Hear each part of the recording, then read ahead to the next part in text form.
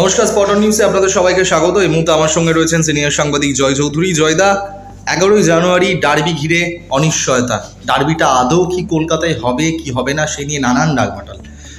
এই মুহূর্তে যে সব থেকে বড় খবর বললে ভুল হবে না, ডার্বি নিয়ে উঠে আসছে। শেষ মুহূর্তে কি কলকাতাতেই হচ্ছে ডার্বি? এফএসডিএল কি সিদ্ধান্ত নিল একটু যদি শেয়ার। দেখুন, নিউজ সেক্রেটারিয়েটের সন্ধ্যার সময় ক্রীড়ামন্ত্রী অরূপ বিশ্বাস জানিয়ে দিয়েছেন গঙ্গাসাগর মেলার জন্য 11ই জানুয়ারি পুলিশ দেওয়া সম্ভব হচ্ছে না। ডার্বি মানেই প্রায় 65,000 থেকে 68,000 লোক যুবভারতী চত্বরে থাকবেন। যে পুলিশি ব্যবস্থা দরকার, যে অ্যাডিকুয়েট ফোর্স তাদের কাছে নেই। কেন গঙ্গাসাগরে ফোর্স মোবিলাইজেশন করতে হচ্ছে? কারণ গঙ্গাসাগরে এবার 8-9 তারিখ থেকেই ভিড় হবে।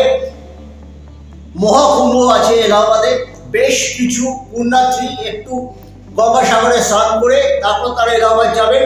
এই জন্য আরো বেশি করে সমস্যায় পড়েছে প্রশাসন। এই যে ক্রীড়ামন্ত্রী স্পষ্ট জানিয়ে দেওয়ার পর মোহনবাগান এসজি এফএসডিএল এর দ্বারস্থ হয়েছিলেন, যেটা মোহনবাগান সচিব দেবাশিস দত্ত জানিয়েছেন। আমরা 8:30 বাজে আমরা এখনো মোহনবাগান ক্লাব তালুকে দাঁড়িয়ে আছি।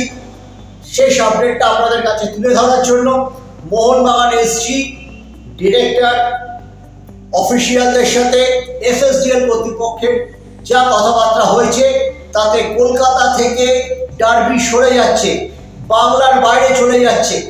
সল্টলেক স্টেডিয়াম ছাড়া এফএসডিএল এর ভাষায় ডার্বি করার আর কোনো মাঠ পশ্চিমবাংলায় নেই।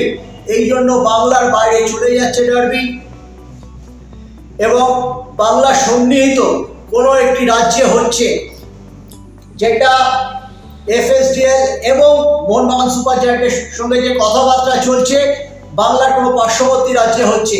এখানে দুটো রাজ্যের কথা আমি বিশেষ করে বলতে পারি, যে অ্যাডজাসেন্ট রাস্তা যেটা মোহনবাগান সুপার জায়ান্ট বলছে, যেখানে যাতায়াতের সুবিধা আছে। প্রচুর মোহনবাগান সমর্থক এই ম্যাচটা দেখার জন্য মুখিয়ে আছেন। ইদানিংকালে ইস্ট বেঙ্গলের পারফরমেন্সে অস্কার পুজোর আমলে অনেকটাই ভালো হচ্ছে। মোহনবাগান চ্যাম্পিয়নশিপ ফাইটে আছে, হাড্ডাহাড্ডি লড়াই চলছে বেঙ্গালুরু এফসির সাথে। মোহনবাগানের 3টি পয়েন্ট খুব দরকার, যেরকম হায়দ্রাবাদ ম্যাচে দরকার। ইস্ট বেঙ্গলের বিরুদ্ধে তারা জিততে চাইছে, তাই যাতে সাপোর্টাররা বেশি সংখ্যায় যায়। এবং মোহনবাগান টিম ম্যানেজমেন্টের আশা, যেহেতু তারা লিগ টেবিলে ভালো জায়গায় যাচ্ছেন, তাদের সাপোর্টারই বাইরে বেশি যাবে, ইস্ট বেঙ্গলের চেয়ে বেশি যাবে। বাংলার পার্শ্ববর্তী কোনো রাজ্য তারা কিন্তু এক্ষুনি এটা ভুবনেশ্বর নাকি জামশেদপুর সেই নিয়ে কোনো কথা বলতে চাননি। কিন্তু আমরা যেটা জানতে পেরেছি, যেটা সূত্রের খবর, ভুবনেশ্বরের গ্যালারি মোহনবাগান এবং ইস্ট বেঙ্গল ডিমার্কেশন করার ক্ষেত্রে অনেক সুবিধা আছে, যেটা জামশেদপুরের ক্ষেত্রে নেই। জামশেদপুরে প্র্যাকটিস গ্রাউন্ডের অভাব নেই, টিএফ এর মাঠ আছে। মোহনবাগানের 18 তারিখে খেলা আছে, মোহনবাগান গিয়ে পরপর 2টো ম্যাচ খেলে আসতে পারতো, এরকমও একটা সম্ভাবনা ছিল।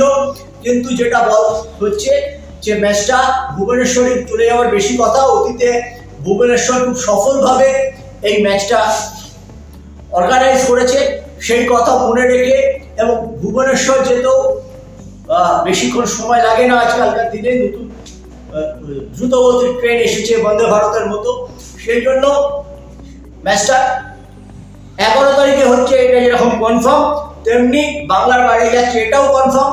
ভেন্যুটা আগামী 48 ঘন্টার মধ্যে জানা যাবে। আমরা জানতে পারলেই জানিয়ে দেবো, কারণ প্রস্তুতির জন্য যে ভুবনেশ্বরের কর্তৃপক্ষ বলুন বা জামশেদপুরের স্টেডিয়াম কর্তৃপক্ষের সঙ্গে তাদেরও একটা ক্লিয়ারেন্স দরকার। তাদের সাথে আলাপ আলোচনা শুরু হয়ে গেছে, প্রচুর গতি পেয়েছে 8টার পর। আমরা তাই মোহনবাগান তাউ ছাড়িনি, মোহনবাগান তাউতে দাঁড়িয়ে আপনাদের সামনে প্যাকেজটা উপহার দিচ্ছি, যে খেলা 11 তারিখেই হবে, বাংলার বাইরে হবে, ভুবনেশ্বরে হবে না জামশেদপুরে হবে সেটা জানার জন্য আরো 36 ঘন্টা অপেক্ষা করতে হবে।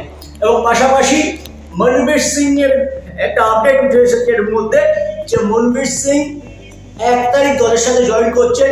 সকাল 11টায় প্র্যাকটিস, 1টায় প্রেস কনফারেন্স। মনবীর সিং সকালে এসে প্র্যাকটিসে নামতে পারবেন কিনা সন্দেহ আছে। সেক্ষেত্রে মনবীর সিং যদি প্র্যাকটিস না করে, কোচ তাকে প্রথম একাদশে রাখবেন কিনা সে ব্যাপারটা কিন্তু নিয়ে একটা অনিশ্চয়তা আছে। যেহেতু আশিক কুরিয়ার নেই, রাখতেও পারেন। লিস্টার মনবীর একটা জুটি, কোনো আত্মতুষ্টির ব্যাপার নেই, দারুণ গুরুত্ব দিচ্ছে। তাই জন্য প্র্যাকটিস না করলে বা বিকেলে কিছুটা প্র্যাকটিসে তাকে দেখেও নেওয়া হতে পারে। এরকমই একটা পরিকল্পনা নিয়ে মোহনবাগান ফুটবল টিম এগোচ্ছে। জয়দা, অসংখ্য ধন্যবাদ এই গুরুত্বপূর্ণ আপডেটটা আমাদের দর্শকদের সঙ্গে শেয়ার করে নেওয়ার জন্য।